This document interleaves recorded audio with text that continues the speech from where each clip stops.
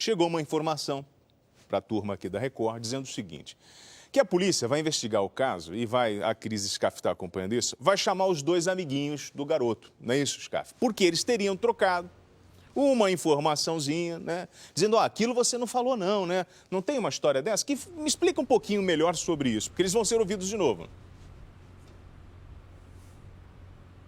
Bom dia.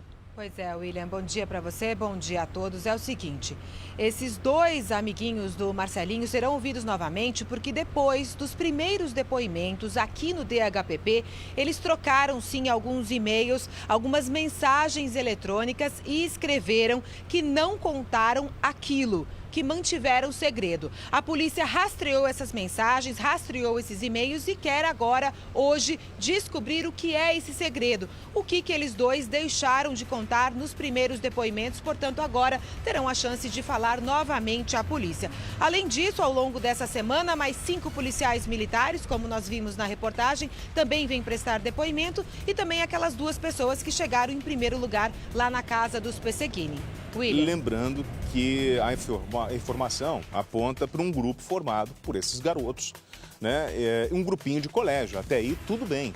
Agora, será que esses meninos eles têm realmente alguma informação que eles omitiram por algum motivo, por algum tipo de medo ou por um acordo entre eles? Porque a polícia fez um monitoramento da conversa e pescou isso aí, aquilo você não falou, aquilo o quê? E aí que a polícia vai tentar descobrir, chamando os meninos de novo. Agora, parentes e professores e médicos dizem que o Marcelinho era um garoto calmo, dócil. Os senhores já acompanharam em vários momentos aqui no São Paulo no Ar esse perfil do garoto. Descrevem um menino extrovertido que fala em matar a família. Como é que você vê os coleguinhas falando dele, né? Como é que os amigos falam que ele queria matar a família e as pessoas falam que ele era um menino dócil, calmo, amava os pais?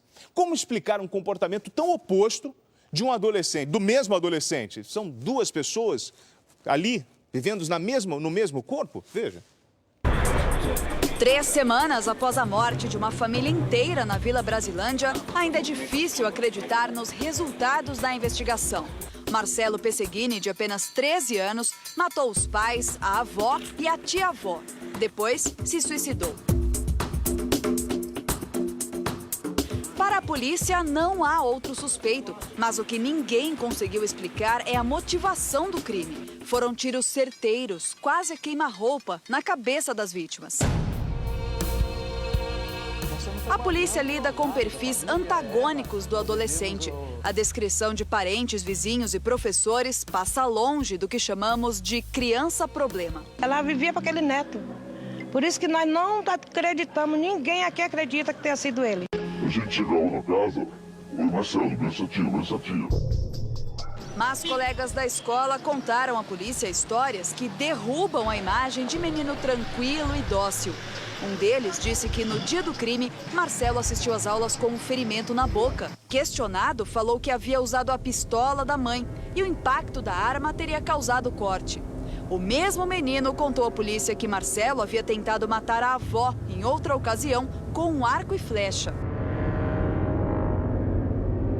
Um amigo de sala também revelou que Marcelinho, inspirado por um videogame, chegou a criar um grupo para matar desafetos. Na lista, familiares e até a diretora da escola. O menino pode ter levado a sério o que os outros adolescentes consideravam uma brincadeira. Até agora, mais de 40 testemunhas foram ouvidas. Ninguém ainda conseguiu explicar comportamentos tão diferentes dentro e fora de casa. Segundo os especialistas, uma criança com a saúde mental perfeita nunca planejaria a morte da própria família. Tudo o que aconteceu no dia do crime, segundo a versão da polícia, é típico da ação de um psicopata. A criança que sofre desse transtorno de conduta apresenta sinais claros desde a primeira infância. É uma criança problema, que a gente até brinca dessa maneira, né? É uma criança que tem traços agressivos, é uma criança que ela não mede os desejos dela, ela executa o que ela quer, ela não se importa com o outro, ela não tem limites, ela provoca o amiguinho, ela é aquela criança que vai dar problema no colégio, ela não entrega tarefas no dia, ela não respeita professores. Em casa ela tem sérias dificuldades em lidar com os pais, no sentido de acatar as ordens, de né, desligar um computador no horário, tomar um banho no horário. Ela vai sempre questionar e fazer as coisas de acordo com o desejo dela. A principal característica de uma criança com tendências psicopatas é a apatia, a ausência de sentimentos de compaixão. Uma descrição que não combina com o autor de um crime bárbaro, um menino que até deixou um bilhete carinhoso para o pai. Esta psicopedagoga não entende como Marcelo assistiu às aulas e se comportou normalmente na manhã posterior aos assassinatos. O esperado é que sempre que você faz alguma coisa que não é o certo, o correto, você fica com receio que as pessoas descubram. Então, isso demonstra no seu comportamento. Você treme as mãos, você gagueja quando vai explicar. Quando você vai contar uma mentira, você gagueja. Quando você muda a sua expressão facial. Quando você não está falando a verdade, você quer esconder algum fato. A morte era um assunto recorrente para ele. Os policiais, Andréa e Luiz Pesseguini, conversavam sobre assuntos de trabalho em casa. Chegaram a ser chamados na escola porque Marcelinho comentava que o pai matava bandidos. Esta psicanalista acredita que a criação em meio aos policiais deveria ter tido outro efeito sobre o menino. A criança, por mais que ela tenha os pais policiais, o normal é ela se identificar com esses pais. No caso, é normal um processo imitativo, onde ele vai querer ter uma arma de brinquedo. No caso do Marcelo, parece que ele fez até um colete com papelão. Então, é normal, ele se identifica com os pais e ele vai brincar de policial, brincar de defender a sociedade. Se ele começa a brincar de uma maneira diferenciada, de querer matar, de querer assaltar, de querer se vingar, a gente já começa a prestar atenção e pedir uma avaliação de um profissional da área de saúde. Não é normal. O psiquiatra forense Guido Palomba, convidado a ajudar na investigação, não vê os depoimentos dos colegas de Marcelo como os mais importantes. Ele pretende entender as causas que levaram um menino de 13 anos a fazer o que fez. Se nós não admitirmos psicopatologia, ou seja, anormalidade mental, doença mental, fica incompreensível. É preciso partir da premissa que ele tinha algum problema mental. Serve de alerta para os pais, para os professores, observar muito.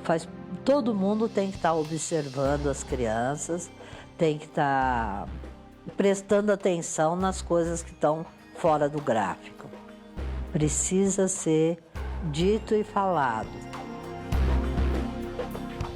E para o nosso comentarista de segurança, Renato Lombardi, este segredo que os meninos não revelaram, os amigos do Marcelo Pesseguini, que falou assim, olha, aquilo você não falou, né? Segundo a polícia vai chamar os meninos de novo. Isso pode revelar a motivação do crime para você, né, Renato?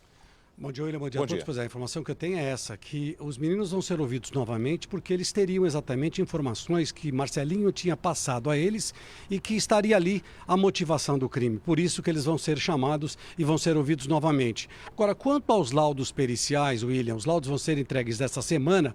Um dos laudos vai dizer o seguinte, que o local não foi mexido. Da maneira como os corpos foram encontrados, ninguém mexeu, ninguém acertou, ninguém fez nada exatamente ali, ninguém arrumou nenhum corpo. Um outro detalhe muito importante que vai constar do relatório da delegacia que está cuidando disso, do Departamento de Homicídios, é que ninguém conhecia exatamente Marcelinho de maneira correta. Quem conhecia Marcelinho de maneira correta, o pai, a mãe, a avó e a tia-avó, estão mortos. Os familiares, os tios, não conheciam ele direito, porque se você lembrar um pouco, no começo, os familiares diziam que ele era destro e Marcelinho era canhoto. Os familiares diziam que ignoravam, em hipótese alguma ele dirigia carro e ele dirigia, e diziam também os familiares que ele não sabia atirar, e ele sabia atirar muito bem, porque o pai tinha inclusive levado ele para tiros num estande na zona sul de São Paulo. Então tem muita coisa a respeito disso. De qualquer forma, ainda existem muita gente, a grande maioria das pessoas pergunta, não é possível que um garoto de 13 anos tenha feito tudo isso. Mas olha, o relatório da polícia, o relatório do Departamento de Homicídios vai começar a ser preparado esta semana, vai trazer uma série de respostas para essa série de perguntas. E os laudos, eles não vão ser muito conclusivos, mas vão esclarecer muita coisa ainda pendente.